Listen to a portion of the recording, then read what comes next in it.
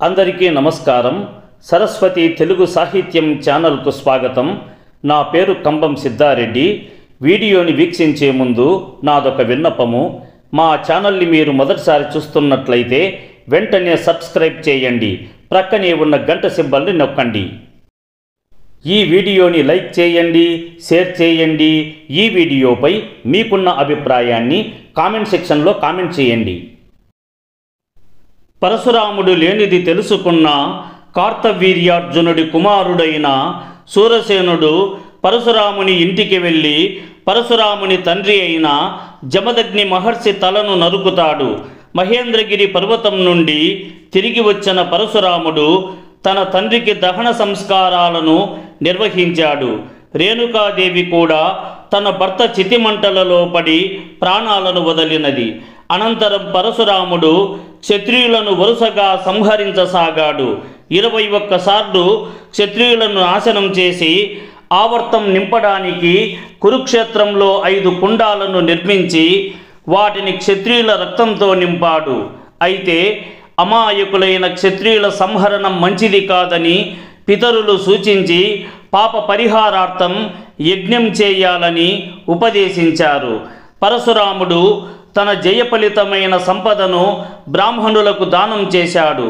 తాను జయించిన రాజ్యాలను కశ్యపునికి సమర్పించగా కశ్యపుడు, నీవు నాకు సమర్పించినందున ఇక రాజ్యాన్ని వదిలి వెళ్ళుము అని చెప్పాడు. దీనితో పరశురాముడు దక్షిణ దిశగా ప్రయాణమయ్యాడు. మార్గమధ్యంలో సముద్రం అడ్డు వచ్చినప్పుడు నాగాస్త్రాన్ని ప్రయోగించగా వరుణుడు ప్రత్యక్షమై పరశురామునికి కావలసినంత దారిని ఇచ్చేందుకు ఒప్పుకున్నాడు. పరశురాముడు తన శూర్పారకాన్ని విసరగా అది 2 యోజనాల దూరంలో పడింది. వరుణుడు ఆ మేరకు సముద్ర జలాలను వెనక్కి తీసుకున్నాడు. ఈ భూమిని గోకర్ణం అని అంటారు. పరశురాముడు ఆ భూమిని కూడా బ్రాహ్మణులకు దానం చేసి మేరు పర్వతానికి వెళ్ళి తపస్సును చేయసాగాడు. పురాణాల ప్రకారం ద్రోణుడు, కర్ణుడు పరశురాముని వద్ద ధనుర్విద్య అభ్యసించారు. పరశురాముడు తన సమస్త సంపదను దానం చేసిన తరువాత ద్రోణుడు ఆయన వద్దకు వెళ్ళగా పరశురాముడు, నా వద్ద ఇప్పుడు నా ధనుర్విద్య తప్ప ఇంకేమీ లేదు అని చెప్పాడు. ద్రోణుడు ధనుర్విద్యను నేర్చుకున్నాడు. ఇక కర్ణుడు కూడా పరశురాముని వద్ద విద్యను అభ్యసించగా ఓసారి ఒక కీటకం కర్ణుడి శరీరాన్ని గాయపరిచింది. కర్ణుడు నొప్పి వ్యక్తపరచకపోవడం చూసిన పరశురాముడు అతడు బ్రాహ్మణుడు కాదని గ్రహించాడు. దీని కారణంగా పరశురాముడు కర్ణుని నేర్చుకున్న విద్య సమయానికి ఉపయోగపడదని శపించాడు.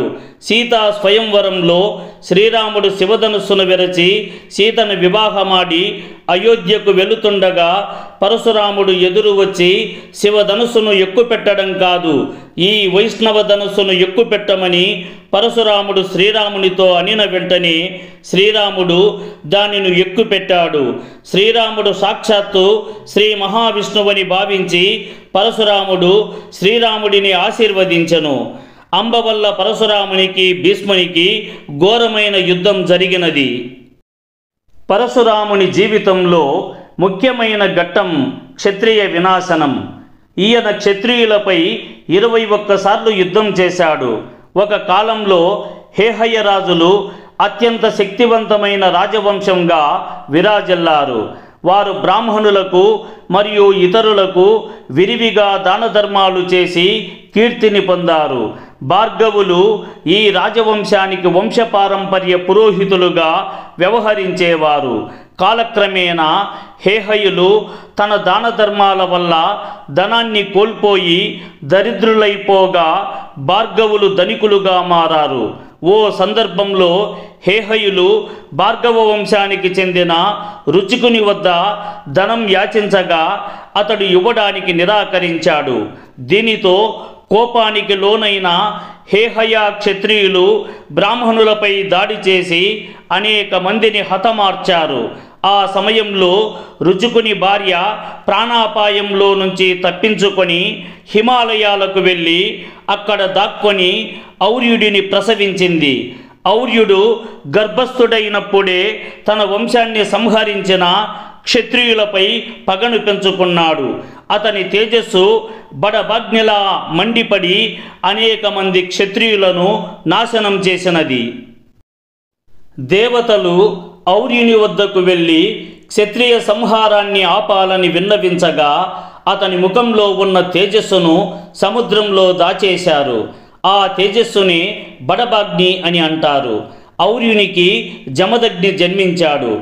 జమదగ్ని కుమారుడే పరశురాముడు. ఇదే సమయంలో హేహయ వంశంలో అసాధారణ పరాక్రమశాలి అయిన కార్తవీర్యార్జునుడు జన్మించాడు. అతడు దత్తాత్రేయుని ఆశీర్వాదంతో అనేక రాజులను ఓడించి సముద్ర తీరానికి వెళ్ళి వరుణుని యుద్ధానికి పిలిచాడు. అందుకు వరుణుడు తనలో అంత శక్తి లేదని, జమదగ్ని కుమారుడు పరశురాముడే అటువంటి యోధుడని తెలిపాడు. మీరు సాహిత్యానికి సంబంధించిన ఏ అంశాలను ఆశిస్తున్నారో తెలియజేస్తే వాటిని వీలైనంత త్వరగా మీకు అందించేందుకు కృషి చేస్తాను. ఈ వీడియో చూసిన సాహితీ ప్రియులందరికీ నా హృదయపూర్వక ధన్యవాదములు.